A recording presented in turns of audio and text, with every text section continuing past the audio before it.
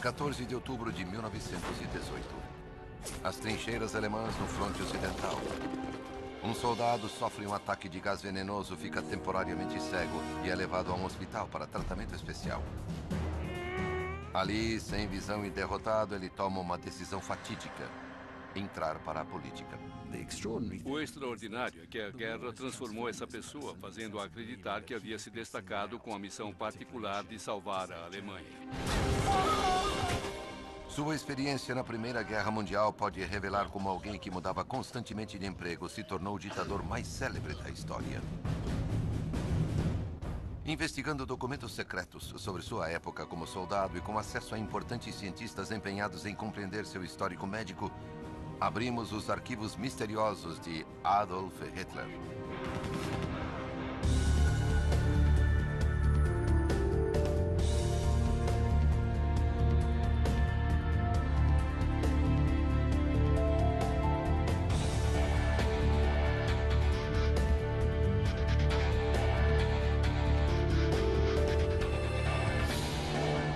Arquivos confidenciais. Adolf Hitler.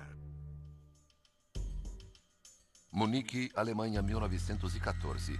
Uma multidão alegre comemora a notícia da deflagração da guerra na Europa. Em meio ao povo, há um artista pobre de 25 anos, Adolf Hitler. O professor Richard Evans publicou uma das histórias mais completas sobre a ascensão e a queda do regime de Hitler. A face dele brilha com entusiasmo, empolgação e realização. Para ele, é um sonho. A Alemanha agora luta, em seu entender, pelo domínio do mundo. Em agosto de 1914, a Alemanha invade a Bélgica e a França. Em defesa de seus vizinhos, a Grã-Bretanha declara guerra à Alemanha. O continente se divide entre os poderes centrais, incluindo a Alemanha, e os aliados, incluindo a Grã-Bretanha. Para muitas pessoas, em ambos os lados, a guerra é uma chance de avaliar a grandeza de seu país. Terry Sherman é um perito nas guerras mundiais do século XX. Havia uma espécie de febre da guerra na Europa. As pessoas, obviamente, não se davam conta de como seria. Hitler se apresenta ao 16º Regimento de Reserva da Bavária, conhecido como Liste Regiment. Após treinar durante várias semanas, ele é enviado diretamente ao fronte ocidental para lutar pela Alemanha, embora ele nem seja alemão. Adolf Hitler nasceu em Braunau, na Áustria, em 20 de abril de 1889, filho de um oficial da alfândega. A mãe de Hitler, Clara, era toda dedicada a ele. E seu pai queria que ele seguisse seus passos na alfândega austro-húngara, o que Hitler recusou-se a fazer e, por conta disso, deve ter apanhado muito do pai. Seu pai morre em 1903. 4 anos mais tarde, com a idade de 18 anos, Hitler vai para a capital da Áustria, Viena. No final do mesmo ano, sua mãe morre, deixando-o órfão e sem laços familiares fortes. Em Viena, ele mora aqui, em um apartamento não longe do centro da cidade. Ele estava procurando algo que fazer, alguma coisa para ser, uma identidade, mas não estava sendo bem-sucedido. Hitler não consegue se sustentar.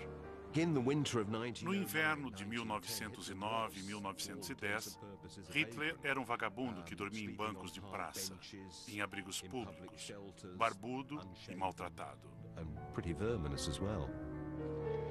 Sozinho e com poucas perspectivas, ele se muda para Munique em 1913.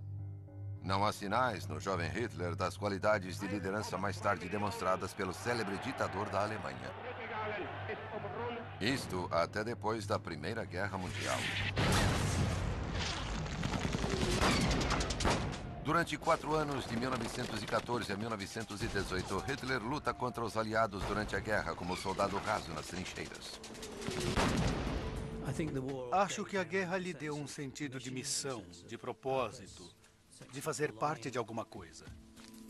O psiquiatra militar professor Simon Wesley tem uma teoria sobre a época de Hitler como soldado. A guerra foi a grande experiência transformativa para ele. Sem a guerra, não teríamos o Hitler pós-guerra que conhecemos. Se nós o tivéssemos entrevistado em 1914, teríamos concluído que o que quer que Hitler fosse, insano ele não era. Em 1918, a Alemanha é derrotada pelas forças aliadas, deixando a amada nação de Hitler em um verdadeiro caos, que a levou ao colapso econômico. Aproveitando e explorando essa humilhação nacional, Hitler e seu partido nazista ascendem ao poder na Alemanha. Há assassinatos, violência, lutas, derramamento de sangue, e ninguém é mais violento do que o próprio Hitler. Hitler acredita que a única forma de a Alemanha ser uma grande nação é construindo um império alemão ainda maior pela Europa. É uma crença que irá deflagrar a Segunda Guerra Mundial.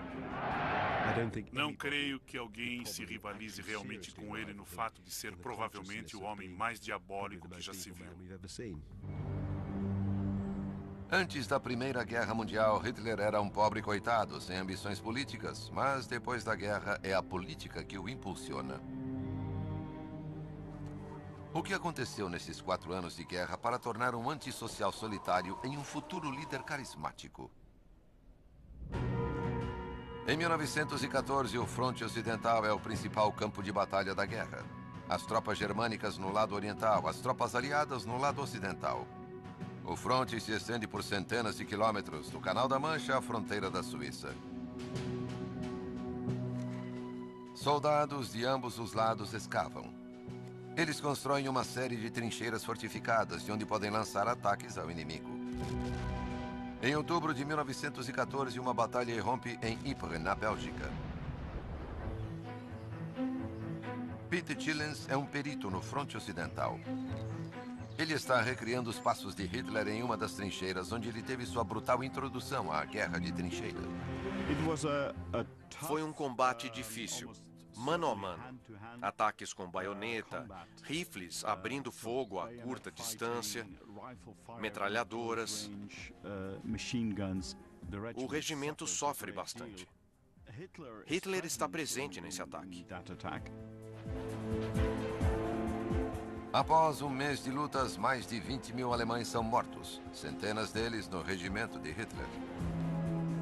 Os dois exércitos oponentes se entrincheiram em uma posição de impasse. Mas Hitler não estava sempre na linha de frente. Sua função é de mensageiro. Chilens examina um bunker para onde Hitler teria carregado mensagens. Havia milhares de bunkers alemães de todos os tipos na linha de fogo. Mas havia também trabalho defensivo, linha após linha, até 10 quilômetros de profundidade. O papel de Hitler como mensageiro era ir e voltar do quartel-general e postos de comando menores, perto da linha de frente. Uma tarefa bem perigosa. Hitler é um soldado dedicado e recebe uma medalha, a Cruz de Ferro. Ele certamente não era negligente nem covarde. E fica bem claro que essa foi quase a época mais feliz de sua vida.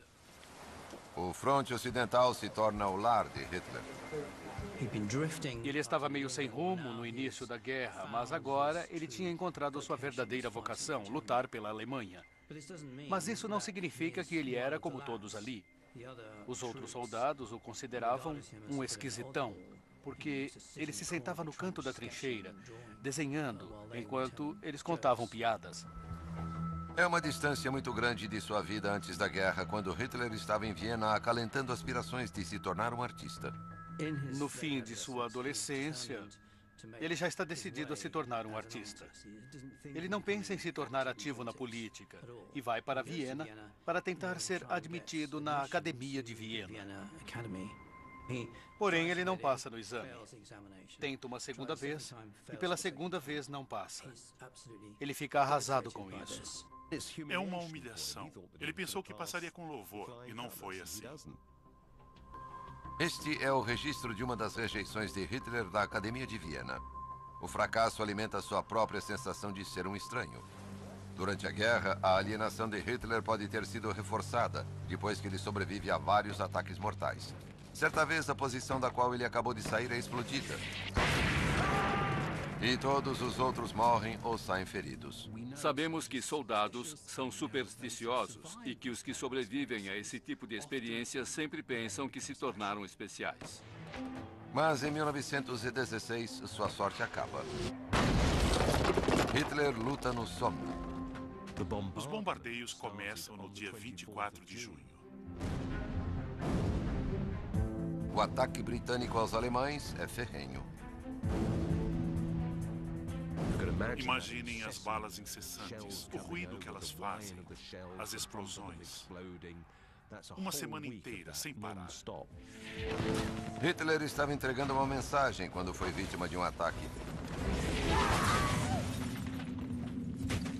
Hitler foi ferido já no final da batalha por uma bomba da artilharia britânica. Creio que os estilhaços o atingiram. Ele é levado para um hospital longe da linha de frente.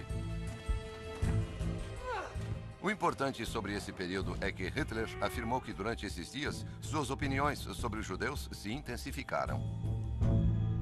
A fonte do antissemitismo patológico de Hitler é muito debatida. Se analisarmos a vida de Hitler antes de 1914, encontraremos muito pouca evidência de antissemitismo. Ele leu material antissemítico antes da guerra, assim como grande parte da sociedade vienense. Mas, surpreendentemente, ele tinha boas relações de trabalho com alguns judeus. Mas foi durante sua recuperação em 1916 e 1917 que ele passou a acreditar que a população judaica da Alemanha não apoiava totalmente a guerra. Isso é um completo mito. Os judeus alemães, que eram menos de 1% da população, estavam representados nas Forças Armadas, na guerra. Mais de 100 mil judeus lutaram na guerra pela Alemanha e mais de 30 mil receberam condecorações por bravura. Após 6 meses longe da linha de frente, um Hitler recuperado retorna para as trincheiras. Um ano mais tarde, os britânicos lançam uma grande ofensiva contra as linhas germânicas. –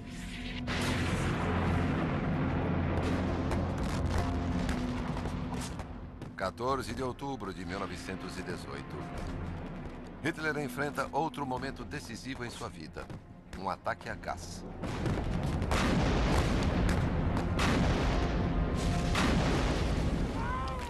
Mais tarde ele escreve: o ataque a gás inglês irrompeu. Por volta da meia-noite, alguns soldados de seu regimento caem ao seu redor.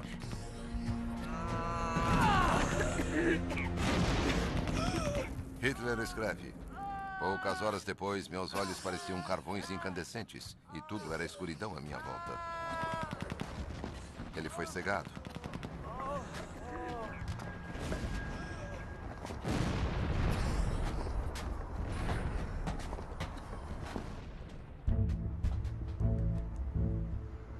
Peter Chillens investiga o relato de Hitler sobre o ataque a gás. Este livro é o diário do regimento de Hitler, publicado. Este aqui é raro, porque é um dos poucos relatos originais sobre ele, sem a intervenção dele. É muito importante. Hitler é mencionado no livro. Ele está aqui, caminhando em uma das áreas de trás. Também há o relato do ataque a gás. Em 14 de outubro, houve um ataque ao lado direito da divisão. É muito claro e bem próximo à história pessoal de Adolf Hitler. O gás é liberado de latas ou lançado por morteiros das linhas inimigas. Quando estavam em patrulha, foram atingidos por bombas de gás. Houve pânico. De súbito, você está sufocando. Não pode ver, não pode respirar. Essa é uma arma de guerra devastadora. Durante o ataque, o gás venenoso teria afetado profundamente o corpo de Hitler. Bolhas na boca, bolhas na pele exposta. Os olhos incham e lacrimejam profusamente. Inalado, o trato respiratório inflama, tornando difícil respirar e incapacitando o soldado. Os pulmões formam bolhas e sangram. Em muitos, os efeitos podem ser fatais. Incapazes de enxergar, na manhã seguinte, a patrulha de Hitler deixa a linha de frente.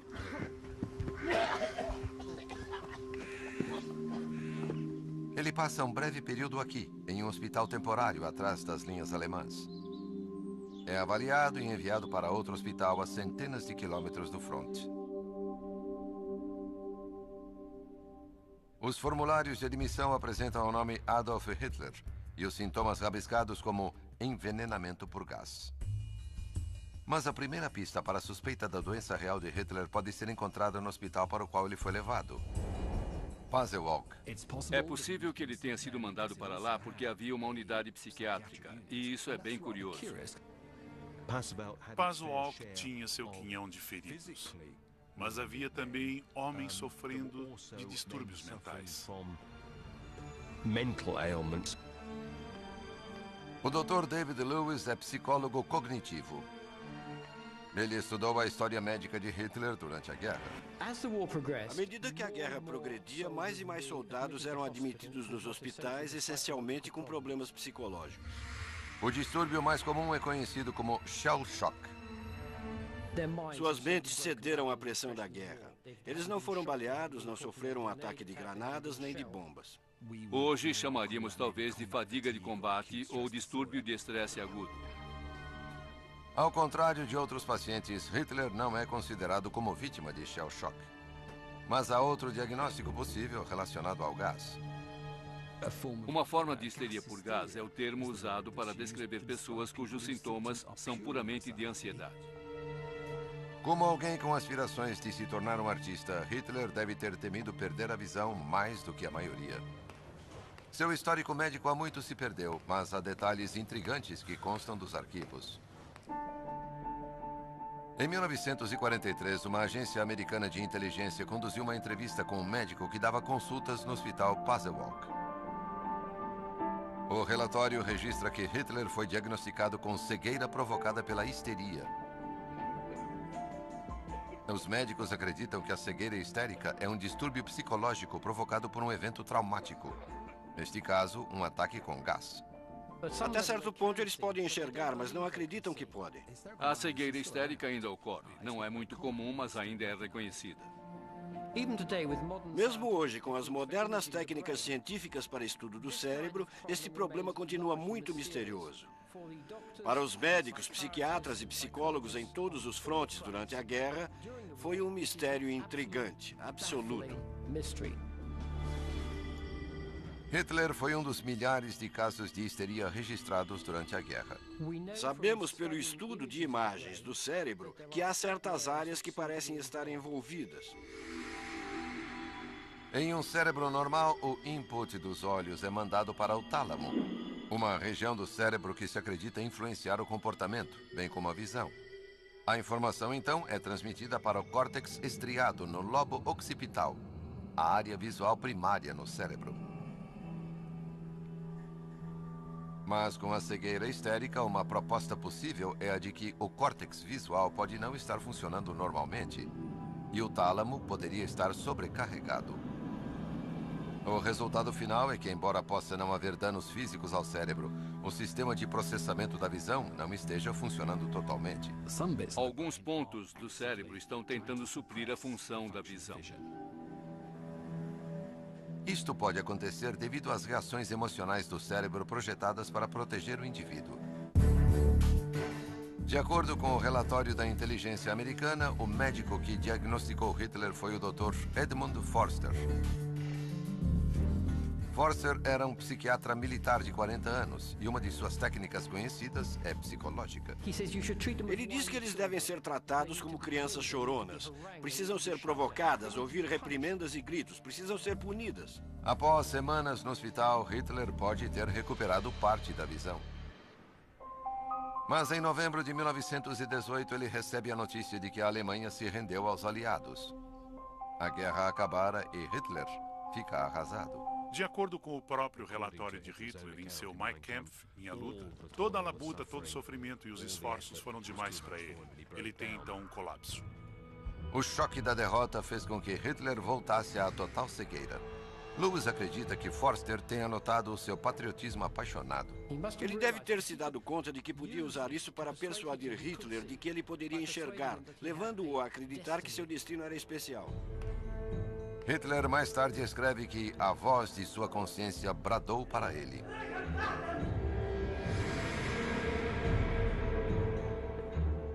Sua visão retorna. E com ela o que ele proclama ser um novo caminho na vida, a política.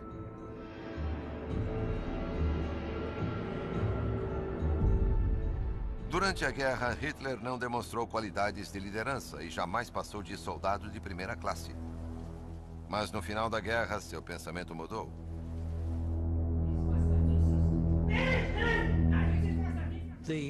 No período que passou no hospital, Hitler começou a se dar conta de que poderia fazer alguma coisa.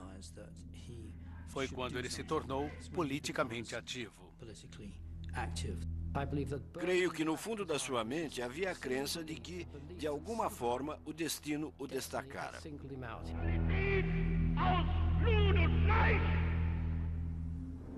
Mas o mistério não acaba aí. Durante a ascensão de Hitler ao poder nas décadas de 1920 e 30, o Dr. Forster é o chefe de medicina na Universidade Greifswald, no norte de Berlim. Embora seja um alemão patriota, Forster não é simpatizante do nazismo. Forster sempre se opôs a Hitler. O relatório da inteligência americana de 1943 declara que o partido nazista decidiu silenciar Forster, possivelmente temendo que ele soubesse demais sobre a doença psicológica potencialmente embaraçosa de Hitler. Setembro de 1933. Um tiro é ouvido na casa de Forster.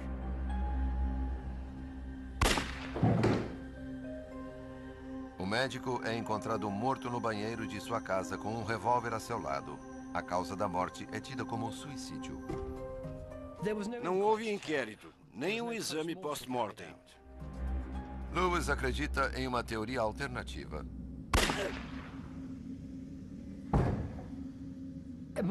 Minha opinião é que o assassinato de Forster foi ordenado pela hierarquia nazista que o considerava perigoso. O ataque a gás parece ter sido um ponto decisivo na história de Hitler. Mais tarde, ele usa o evento como propaganda, explicando-o como um momento de revelação e usando a derrota na guerra como tema central em sua política durante sua ascensão ao poder. Mais de 8,5 milhões de soldados morreram na Primeira Guerra Mundial. 1.800.000 eram alemães. Ninguém volta da guerra a mesma pessoa que era quando foi para ela. Graças a Deus, a maioria não acaba tão diferente como aconteceu com Hitler. Versão Marshmallow São Paulo.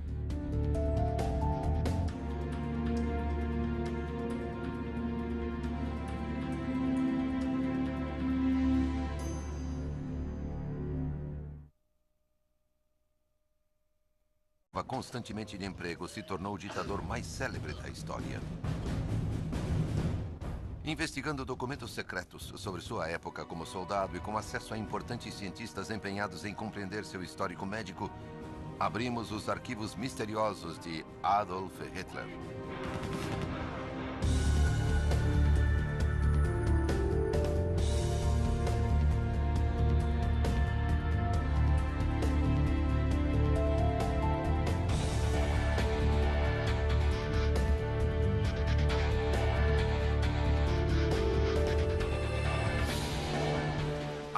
Entender pelo domínio do mundo.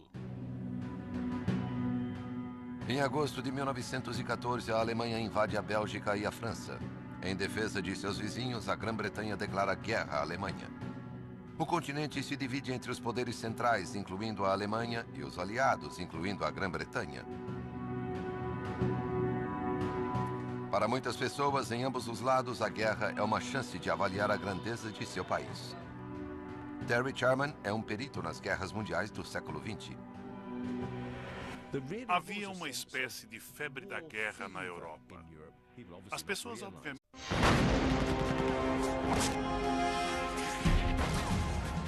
14 de outubro de 1918. As trincheiras alemãs no fronte ocidental. Um soldado sofre um ataque de gás venenoso, fica temporariamente cego e é levado a um hospital para tratamento especial. Ali, sem visão e derrotado, ele toma uma decisão fatídica: entrar para a política. O extraordinário é que a guerra transformou essa pessoa, fazendo-a acreditar que havia se destacado com a missão particular de salvar a Alemanha. Sua experiência na Primeira Guerra Mundial pode revelar como alguém que mudava... não se davam conta de como seria. Hitler se apresenta ao 16º Regimento de Reserva da Bavária, conhecido como Liste Regiment. Após treinar durante várias semanas, ele é enviado diretamente ao fronte ocidental para lutar pela Alemanha, embora ele nem seja alemão. Adolf Hitler nasceu em Braunau, na Áustria, em 20 de abril de 1889, filho de um oficial da alfândega. A mãe de Hitler, Clara, era toda dedicada a ele. E seu pai queria que ele seguisse seus passos na alfândega austríaca. Arquivos confidenciais. Adolf Hitler. Munique, Alemanha, 1914. Uma multidão alegre comemora a notícia da deflagração da guerra na Europa. Em meio ao povo, há um artista pobre de 25 anos, Adolf Hitler. O professor Richard Evans publicou uma das histórias mais completas sobre a ascensão e a queda do regime de Hitler.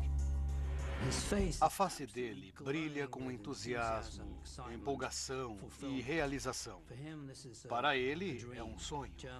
A Alemanha agora luta em seu